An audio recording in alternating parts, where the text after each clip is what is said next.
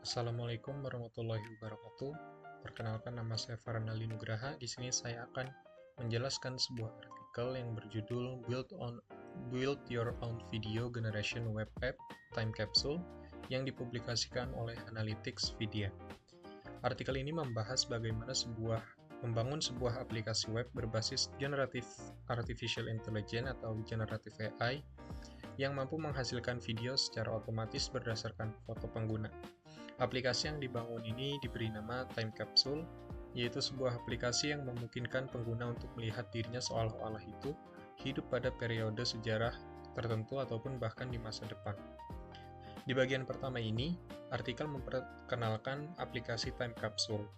Ide utama aplikasi ini adalah memberikan pengalaman yang bersifat personal kepada pengguna, yang dimana pengguna tidak hanya menghasilkan video menggunakan prompt text, tetapi juga menjadi tokoh utama dalam video tersebut. Yang dimana ini mempunyai cara kerja yang cukup sederhana, yaitu pengguna akan mengupload ataupun mengunggah foto dirinya sendiri, kemudian memilih beberapa parameter seperti era sejarah, profesi, maupun aktivitas yang ingin ditampilkan. Sebagai contoh, seorang dapat memilih menjadi seorang ksatria pada abad pertengahan, ilmuwan pada zaman Victoria, koboi di era Wild West, atau astronot di masa depan. Selanjutnya, AI akan membuat gambar berdasarkan pilihan tersebut dan mengubahnya menjadi sebuah video pendek. Pada konsep berikutnya, atau pada bagian berikutnya, artikel menjelaskan konsep dasar sebuah video generation web app. Yang secara umum, proses pembentukan video terdiri dari 3 tahapan utama. Yang pertama itu ada tahapan input, yaitu seluruh data yang diberikan oleh pengguna. Data tersebut dapat berupa foto wajah, teks, pilihan era sejarah, profesi, maupun aktivitas.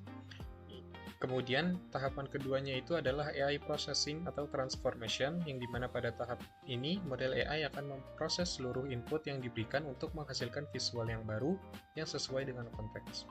Kemudian tahap ketiga adalah output, yaitu hasil akhir berupa gambar maupun video yang dapat ditampilkan kepada pengguna. Kemudian, sebelum proses AI-nya dimulai, pengguna harus memberikan beberapa informasi terlebih dahulu.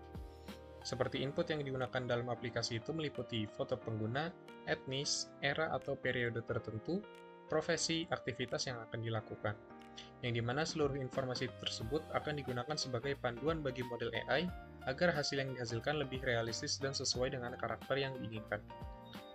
Kemudian bagian selanjutnya menjelaskan bagaimana aplikasi memperoleh foto pengguna menggunakan OpenCV. Di tahap pertama adalah membuka kamera komputer menggunakan library OpenCV. Yang selanjutnya, menampilkan kamera secara langsung sehingga pengguna dapat melihat dirinya sendiri sebelum mengambil gambar. Pengguna cukup menekan tombol space untuk mengambil foto ataupun ESC apabila membatalkan proses. Artikel ini juga menjelaskan bahwa apabila aplikasi dijalankan pada server tanpa tampilan grafis, sistem akan secara otomatis mengambil gambar setelah beberapa detik hingga aplikasi tetap berjalan. Setelah foto berhasil diperoleh, gambar disimpan menggunakan nama file yang unik berdasarkan kombinasi timestamp dan UUID. Hal ini dilakukan agar setiap gambar memiliki identitas yang berbeda sehingga tidak terjadi konflik nama file. Kemudian, setelah gambar berhasil diperoleh itu, proses AI itu baru akan dimulai, yang dimana foto dari pengguna itu bersama seluruh parameter yang dipilih dikirimkan ke model generatif AI.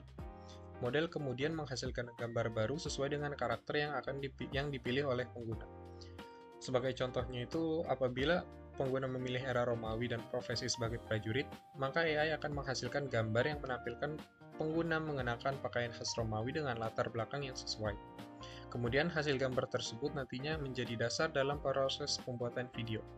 Kemudian proses selanjutnya itu adalah menghasilkan video, yang dimana pada tahapan ini, gambar hasil AI tidak hanya ditampilkan sebagai gambar statis, tetapi juga memberikan efek animasi sehingga tampak hidup. Beberapa proses yang dilakukan itu seperti meliputi animasi gerakan wajah, animasi gerakan tubuh, efek pergerakan kamera, penambahan elemen visual seperti logo aplikasi. Kemudian, output dari tahap ini adalah video pendek yang menggambarkan pengguna sesuai dengan karakter yang telah dipilih. Setelah video selesai dibuat, aplikasi secara otomatis mengirimkan hasil kepada pengguna melalui email, yang dimana artikel ini menggunakan library Yagmail untuk mengirim email secara otomatis. Email tersebut berisi gambar hasil AI, video yang telah dibuat, pesan bahwa proses berhasil dilakukan. Kemudian, artikel ini juga menjelaskan bagaimana seluruh komponen itu diintegrasikan menjadi sebuah aplikasi web, yang dimana itu front-end bertugas untuk menerima seluruh input pengguna serta menampilkan hasil, sementara itu back-end bertanggung jawab untuk menjalankan seluruh proses AI, mulai dari menerima foto, memproses model AI, membuat video, hingga mengirim email.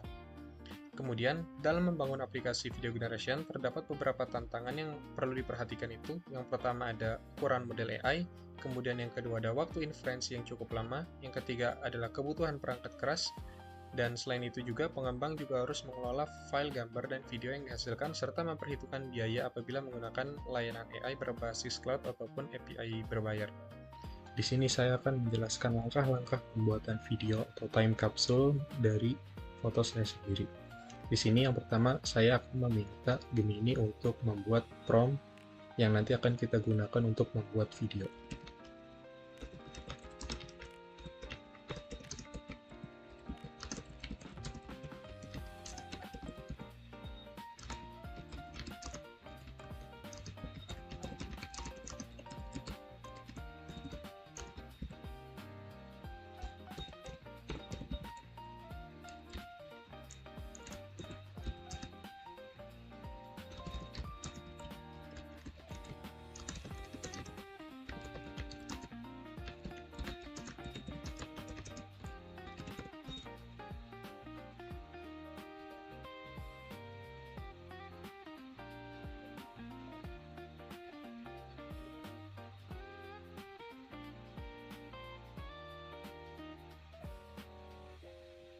Nah, di sini kita pilih dari 3 prompt ini. Oke, di sini kita pilih aja. Setelah ini kita copy, kemudian kita masuk ke Google Labs dan kita buat project baru. Selanjutnya di sini kita akan upload foto yang akan kita gunakan.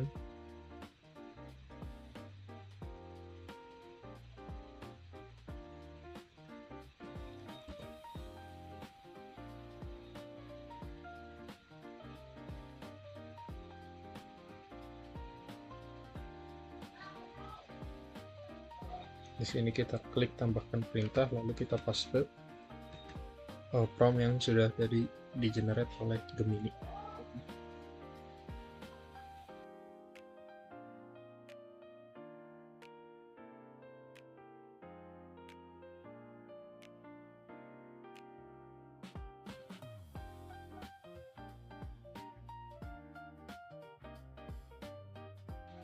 Di sini kita setujui saja.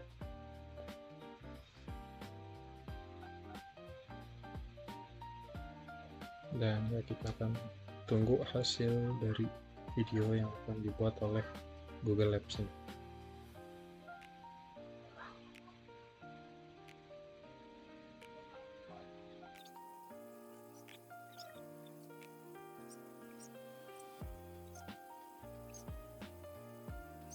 Merupakan hasil dari video yang sudah di-generate.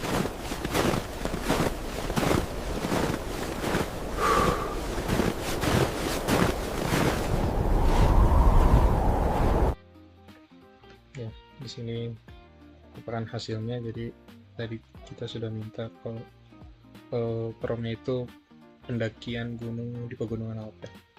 Mungkin itu saja langkah-langkah yang dapat saya beritahu. Kurang lebihnya mohon maaf. Wassalamualaikum warahmatullahi wabarakatuh.